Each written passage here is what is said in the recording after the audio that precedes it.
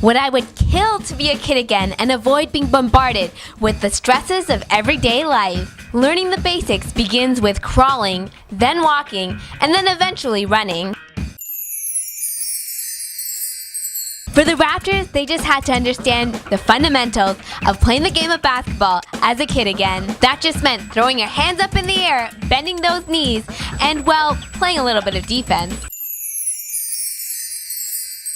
High-caliber teams like the Utah Jazz have advanced from learning the basics to becoming quote-unquote experts on this game. The Raptors decided that the only way they would come back in the first half in this game and cut it to single digits, it's by taking the onus on themselves as individuals.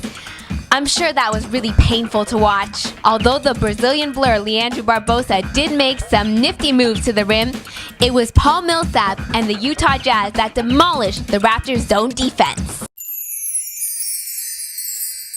Greatness is working together night in and night out, and that is exactly what the Utah Jazz organization is all about. They take pride in their first and second round draft picks and mold them into team players. Kudos goes to the flawless work of the man who has never won Coach of the Year, Mr. Jerry Sloan. A perfect example is the newly acquired Al Jefferson, who studied his opponent, Andrea Bargnani's tendencies extremely well as he was able to catch him off guard, going up and under with a nifty move to the rim.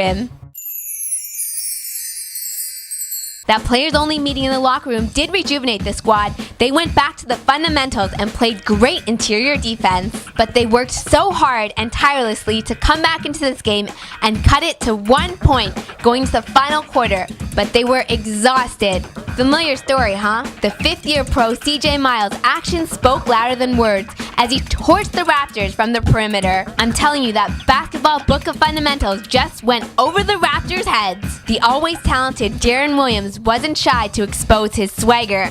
And if Jared Jack and Jose Calderon feared that, well, they're in store for a lot more when the world champion Los Angeles Lakers square off against the Toronto Raptors. Beware of Kobe? Maybe just a little. Thanks again for joining me inside the Purple Room, and let's just hope the Raptors don't get torched. I'm Pyle, and I'll see you again next time.